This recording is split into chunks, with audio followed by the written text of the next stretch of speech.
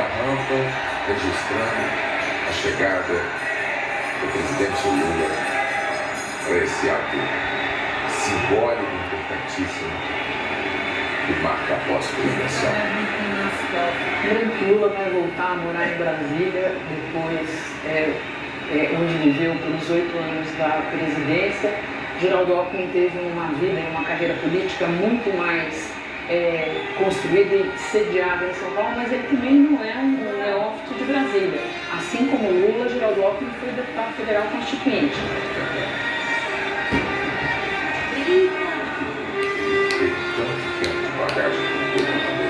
Que às vezes a gente até esquece, mas ele gosta sempre de contar que os filhos dele cresceram em Brasília.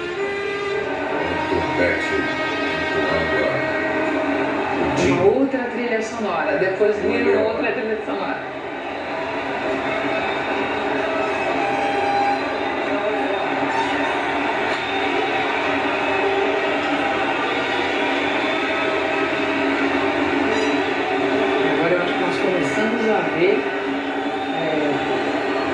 A opção escolhida, a solução encontrada para a questão da faixa.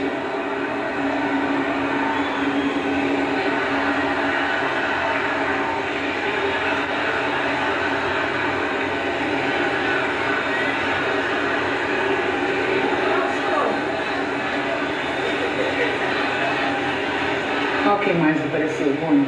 Resistência, a cadelinha do casal Lula da Silva, adotada em Curitiba. Adotada no período de Curitiba, e que Janja já havia antecipado que gostaria muito que ela subisse a rampa com eles.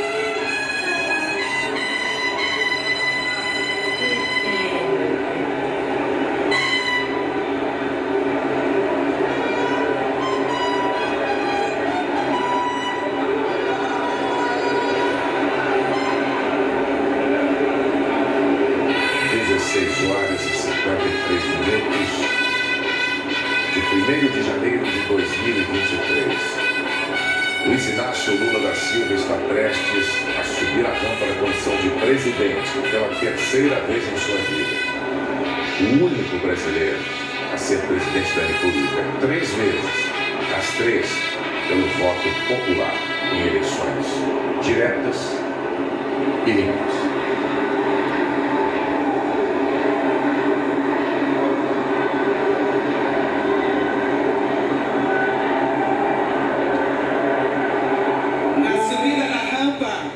O senhor presidente da República é acompanhado por cidadãos que simbolizam a riqueza e a diversidade do povo brasileiro.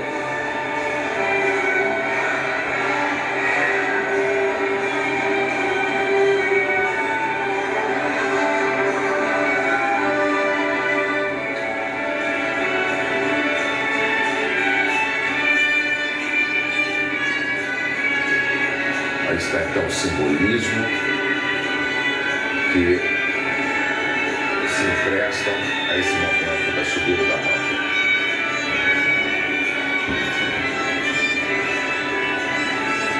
Agora é o próprio presidente que conduz a cadelinha Resistência, que foi adotada no período em que ele se encontrou preso em Curitiba durante 580 dias.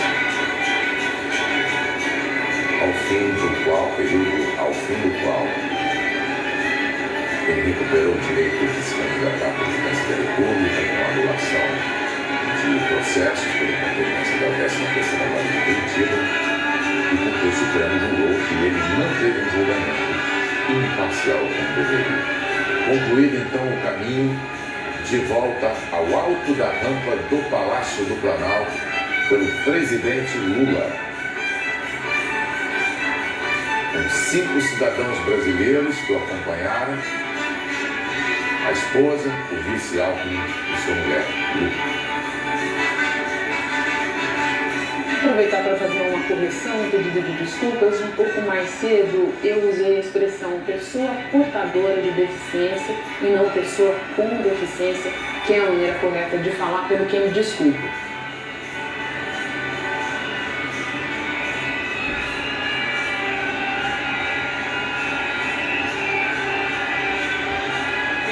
Olha lá, qual a faixa? O presidente Luiz Inácio Lula da Silva recebe a faixa presidencial das mãos do povo brasileiro.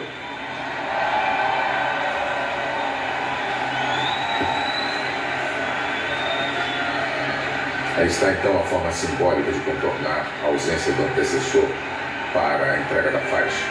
Cidadãos brasileiros fazem esse gesto. E você testemunha ao vivo na Globo neste 1º de janeiro de 2023.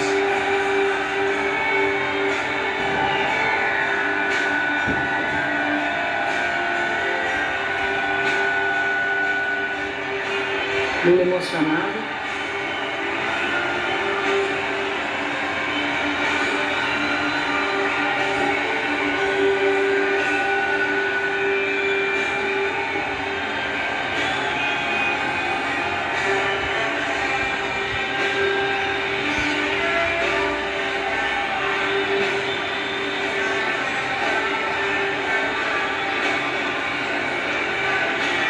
Música de Guilherme Arantes, Amanhã. Raoni ali com eles. Presidente As Lágrimas. Assim que Raoni ali com eles, segurando. Presidente As Lágrimas e certamente Sim. não está sozinho nisso. Muita gente emocionada em volta dele, em meio a tudo.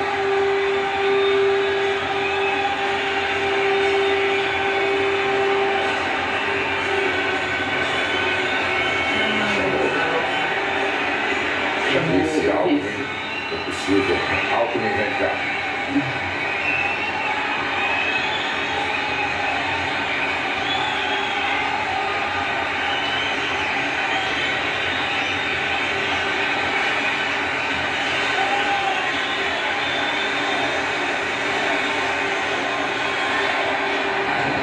Democracia sempre, disse Luiz Inácio Lula da Silva antes destas cenas que você está testemunhando agora. A faixa é uma instituição, um símbolo mais do que centenário, surgiu em 1910, já existiram diferentes faixas, né? Elas já foram trocadas algumas vezes ao longo da história, mas sempre com esse formato e colocadas assim, da direita para a esquerda, como fez Lula. Tem que ser apoiada sobre o ombro direito, no momento ali em que o responsável pelo cerimonial corrigiu regida pelo maestro Joaquim França. Convidamos as senhoras e os senhores a acompanhar a orquestra cantando o hino nacional brasileiro.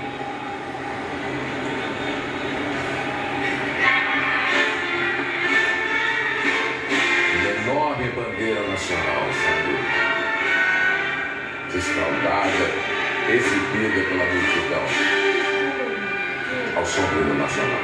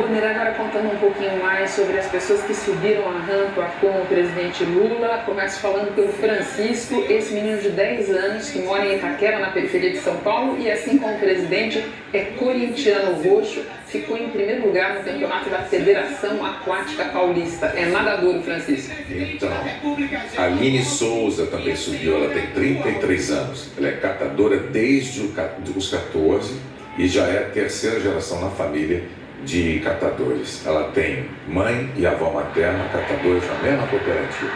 Está lá também, como eu disse, o cacique Raoni, que dispensa apresentações. Do lado dele, e seguem, então, os cidadãos que acompanharam o presidente. Wesley Rodrigues Rocha tem 36 anos, é simbolicamente um metalúrgico do ABC desde os 18 anos. Ele trabalha hoje em Diadema. Estava lá também o Murilo de Quadros Jesus, 28 anos, professor formado em letras, português e inglês, mora em Curitiba. Tem uma paranaense de Palotina que hoje mora em Maringá. Ela se chama Jucimara Fausto dos Santos. A vida dela é cozinhar. Olha só, e ela participou da vigília Lula Livre em Curitiba. Teve também o Ivan Baron, jovem potiguar do Rio Grande do Norte. Desde cedo teve que aprender o significado da palavra resistência. Ele teve meningite viral, Bonner, aos 3 anos de idade e ficou com sequelas dessa meningite. Ele foi uma das pessoas que subiu com o Lula rampa agora. E finalmente o Flávio Pereira, que tem 50 anos, nasceu em 1972, no dia 7 de maio. Ele é de Pinhalão, também do Paraná. Ele teve na vigília Lula Livre, naqueles dias de prisão do agora presidente Lula. Lula, presidente, pela terceira vez, em lágrimas de novo. Isso é absolutamente compreensível e deverá se repetir ainda por algumas vezes, porque agora ele se dirige ao parlatório. Essa vai ser, portanto, a segunda vez em que o Lula se pronuncia já eleito presidente. A primeira ainda dentro do Congresso e agora diante da multidão. Vamos ouvir.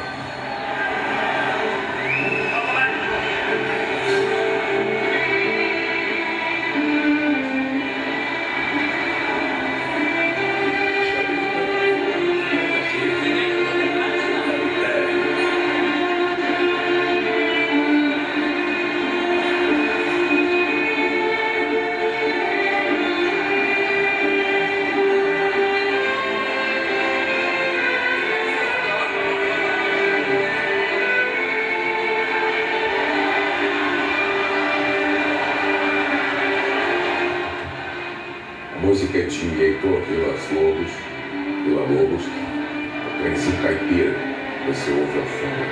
Agora sim nós vamos ter o discurso do presidente.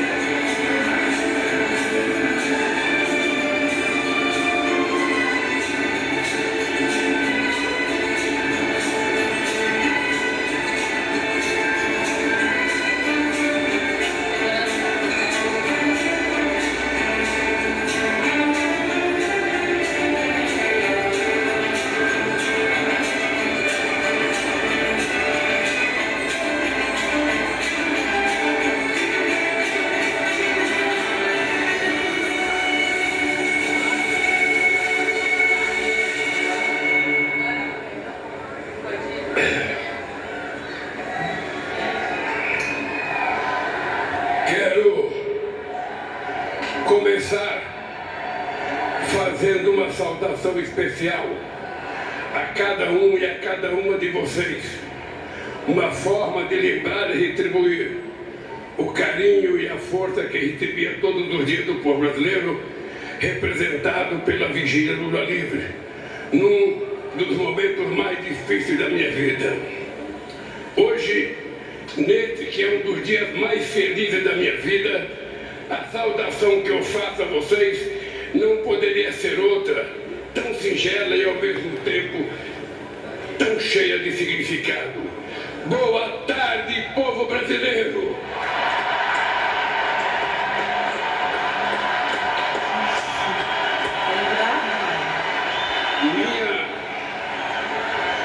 Minha gratidão a vocês que enfrentaram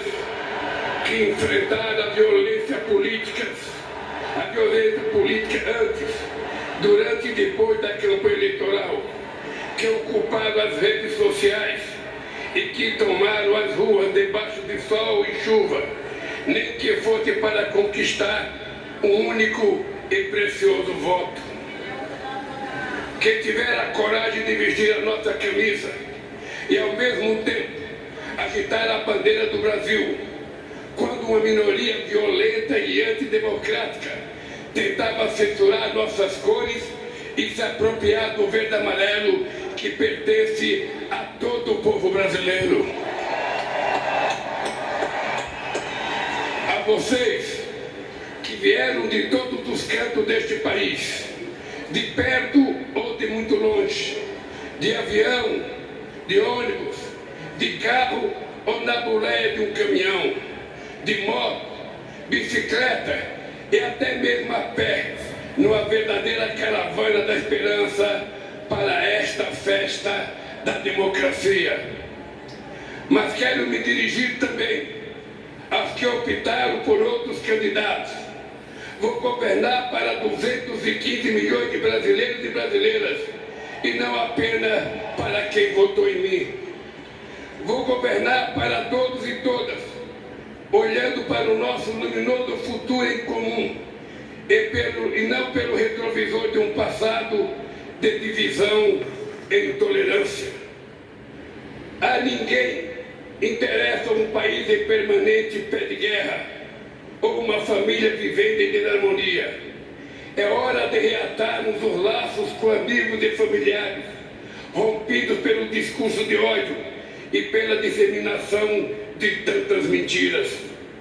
Chega de ódio, fake news, armas e bombas. Nosso povo quer paz para trabalhar, estudar, cuidar da família e ser feliz. A disputa eleitoral acabou. Repito o que disse no meu pronunciamento após a vitória de 30 de outubro sobre a necessidade de unir o país. Não existem dois Brasis. Somos um único país, um único povo, uma grande nação. Somos todos brasileiros e brasileiras e compartilhamos uma mesma virtude. Nós não desistimos nunca.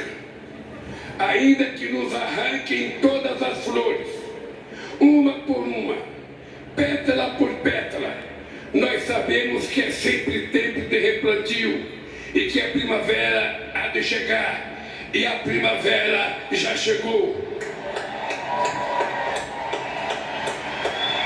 Hoje, a alegria toma posse do Brasil, de braços dados com a esperança. Minhas queridas amigas e meus amigos, recentemente reli o discurso da minha primeira posse na Previdência em 2003. E o que li tornou ainda mais evidente o quanto o Brasil andou para trás. Naquele 1º de janeiro de 2003, aqui nesta mesma praça, eu e o meu querido vice José Alencar assumimos o compromisso de recuperar a dignidade e a autoestima do povo brasileiro, e recuperamos, de investir para melhorar as condições de vida de quem mais necessita, e investimos, de cuidar com carinho da saúde e da educação, e cuidamos. Mas o principal compromisso que assumimos em 2003 foi o de lutar contra a desigualdade e a extrema pobreza e garantir a cada pessoa deste país o direito de tomar café da manhã, almoçar e jantar todo santo dia. E nós cumprimos esse compromisso. Acabamos com a fome e a miséria e reduzimos fortemente a desigualdade. Infelizmente, hoje, 20 anos depois, voltamos a um passado que julgamos enterrado. Muito do que fizemos foi desfeito de forma irresponsável e criminosa. A desigualdade e a extrema pobreza voltaram a crescer. A fome está de volta, e não por força do destino, não por obra da natureza, nem por vontade divina. A volta da fome é um crime, o mais grave de todos, cometido contra o povo brasileiro. A fome é filha da desigualdade, que é a mãe dos grandes males que atrasam o desenvolvimento do Brasil. A desigualdade apequena este nosso país de dimensões continentais ao dividi-lo em partes que não se reconhece. De um lado, uma pequena parcela da população que tudo tem. Do outro lado, uma multidão a quem tudo falta e uma classe média que vem empobrecendo ano a ano pelas injustiças do governo. Juntos somos fortes. Divididos seremos sempre o país do futuro que nunca chega e que vive em dívida permanente com o seu povo. Se queremos construir hoje o nosso futuro, se queremos viver num país plenamente desenvolvido para todos e todas, não pode haver lugar para tanta desigualdade. O Brasil é grande, mas a real grandeza de um país reside na felicidade de seu povo. E ninguém é feliz de fato em meio a tanta desigualdade. Minhas amigas e meus amigos, quando digo governar, eu quero dizer cuidar. Mais do que governar, vou cuidar com muito carinho deste país e do povo brasileiro. Nesses últimos anos, o Brasil voltou a ser um país mais desigual, um dos países mais desiguais do mundo. Há muito tempo não víamos tamanho abandono e desalento nas ruas. Mães garimpando lixo em busca de alimento para os seus filhos. Famílias inteiras dormindo ao relento, enfrentando o frio, a chuva e o medo. Crianças vendendo bala ou pedindo esmola, quando deveriam estar na escola, vivendo plenamente a infância que tem direito. Trabalhadores e trabalhadoras desempregados, exibindo nos semáforos cartazes de papelão com a frase que nos envergonha a todos: por favor, me ajuda.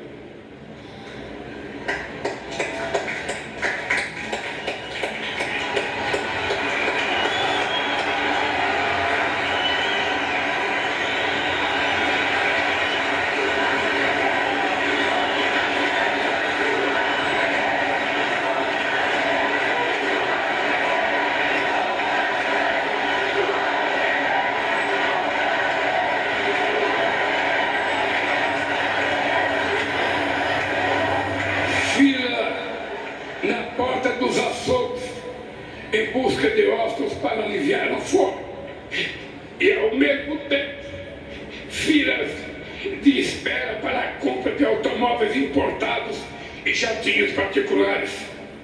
Tamanho abismo social é um obstáculo à construção de uma sociedade verdadeiramente justa e democrática e de uma economia próspera e moderna. Por isso, eu e o meu companheiro vice-geraldo Alckmin assumimos hoje, diante de vocês e de todo o povo brasileiro, o compromisso de combater dia e noite todas as formas de desigualdade no nosso país. Desigualdade de renda, desigualdade de gênero e de raça, desigualdade no mercado de trabalho, na representação política, nas carreiras do Estado, desigualdade no acesso à saúde, à a educação e demais serviços públicos. Desigualdade entre a criança que frequenta a melhor escola particular e a criança que encaixa sapato na rodoviária sem escola e sem futuro. Entre a criança feliz com um brinquedo que acabou de ganhar de presente e a criança que chora de fome na noite de Natal. Desigualdade entre quem joga comida fora e quem só se alimenta das sobras. É inadmissível que os 5% mais ricos deste país detenham a mesma fatia de renda que os demais 95% de pessoas, que 6 bilionários brasileiros têm uma riqueza equivalente ao patrimônio dos 100 milhões mais pobres do país, que um trabalhador ou uma trabalhadora que ganha um salário mínimo mensal leve 19 anos para receber o equivalente a que um super rico recebe em um único mês. E não adianta subir o vidro do automóvel de luxo para não ver nossos irmãos que se amontoam debaixo dos viadutos, carentes de tudo. A realidade salta aos olhos em cada esquina. Minhas amigas e meus amigos, é inaceitável que continuemos a conviver com o preconceito, a discriminação e o racismo. Somos um povo de muitas cores e todas devem ter os mesmos direitos e oportunidades. Ninguém será cidadão ou cidadã de segunda classe. Ninguém terá mais ou menos amparo do Estado. Ninguém será obrigado a enfrentar mais ou menos obstáculos apenas pela cor da sua pele. Por isso, estamos recriando o Ministério da Igualdade Racial para enterrar a trágica herança do nosso passado escravista. Os povos indígenas precisam ter suas terras demarcadas e livres das ameaças das atividades econômicas ilegais e predatórias. Precisam ter sua cultura preservada, sua dignidade respeitada e sua sustentabilidade garantida. Eles não são obstáculos ao desenvolvimento, são guardiões de nossos rios e florestas e parte fundamental da nossa grandeza enquanto nação. Por isso, estamos criando o Ministério dos Povos Indígenas para combater 500 anos de desigualdade.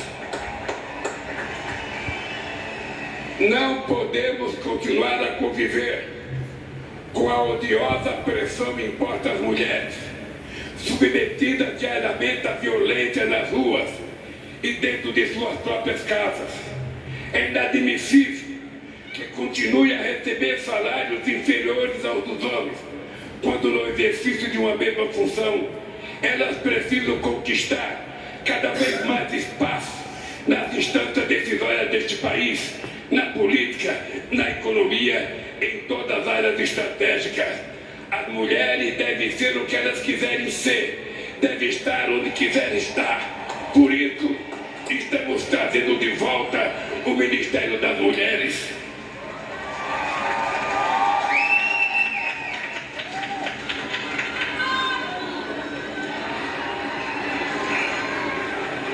Foi para combater a desigualdade e suas sequelas que nós vencemos a eleição. E esta será a grande marca do nosso governo. Dessa luta fundamental surgirá um país transformado, um país grande e próspero, forte e justo, um país de todos, por todos e para todos, um país generoso e solidário, que não deixará ninguém para trás. Minhas queridas companheiras e meus queridos companheiros, reassumo o compromisso de cuidar de todos os brasileiros e brasileiras, sobretudo daqueles que mais necessitam, de acabar outra vez com a fome neste país, de tirar o pobre da fila do osso para colocá-lo novamente no orçamento da União. Temos um imenso legado ainda vivido na memória de cada brasileiro e cada brasileira, beneficiário ou não das políticas públicas que fizeram uma revolução neste país. Mas não nos interessa viver do passado. Por isso, longe de qualquer saudosismo, Nosso legado será sempre o espelho do futuro que vamos construir para este país. Em nossos governos, o Brasil conciliou o crescimento econômico recorde com a maior inclusão social da história e se tornou a sexta maior economia do mundo, ao mesmo tempo em que 36 milhões de brasileiros e brasileiras saíram da extrema pobreza. Geramos mais de 20 milhões de empregos com carteira assinada e todos os direitos assegurados. Reajustamos o salário mínimo sempre acima da inflação. Batemos recorde de investimento em educação, da creche à universidade, para fazer do Brasil um exportador também de inteligência e conhecimento, e não apenas um exportador de commodity e matéria-prima.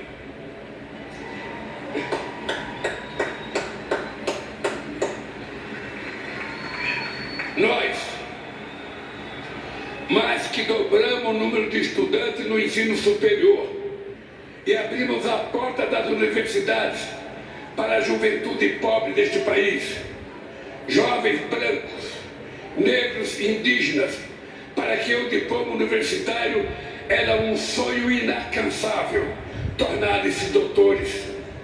Combatemos um dos grandes focos de desigualdade, o acesso à saúde, porque o direito à vida não pode ser refém da quantidade de dinheiro que se tem no banco. Fizemos uma farmácia popular que forneceu medicamentos a quem mais precisava, e o Mais Médicos, que levou atendimento a cerca de 60 milhões de brasileiros e brasileiras das periferias das grandes cidades e nos pontos mais remotos do Brasil. Criamos o Brasil Sorridente para cuidar da saúde bucal de todos os brasileiros e brasileiras. Fortalecemos o nosso Sistema Único de Saúde e quero aproveitar para fazer um agradecimento especial aos profissionais do SUS pela grandiosidade do trabalho durante a pandemia. Enfrentaram bravamente ao mesmo tempo um vírus letal e um governo irresponsável e desumano. Nos nossos governos, investimos na agricultura familiar e nos pequenos e médios agricultores, responsáveis por 70% dos alimentos que chegam à nossa mesa. E fizemos isso sem descuidar do agronegócio, que obteve investimento em safras ano após ano. Tomamos medidas concretas para combater as mudanças climáticas e reduzimos o desmatamento da Amazônia em mais de 80%. O Brasil consolidou-se como referência mundial no combate à desigualdade e à fome e passou a ser internacionalmente respeitado pela sua política externa ativa e altiva. Fomos capazes de realizar tudo isso, cuidando com total responsabilidade das finanças do país. Nunca fomos irresponsáveis com o dinheiro público. Fizemos superávit fiscal todos os anos. Eliminamos a dívida externa, acumulamos reserva de 370 bilhões de dólares e reduzimos a dívida interna a quase metade do que era quando chegamos no governo. Nos nossos governos, nunca houve nem haverá gastança alguma. Sempre investimos e voltaremos a investir em nosso bem mais precioso, que é o povo brasileiro.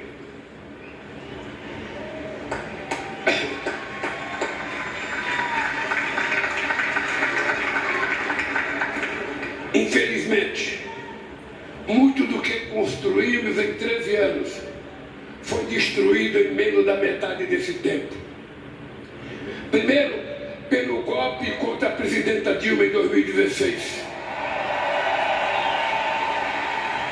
E na sequência, pelos 4 anos de um governo de destruição nacional, cujo legado a história jamais perdoará.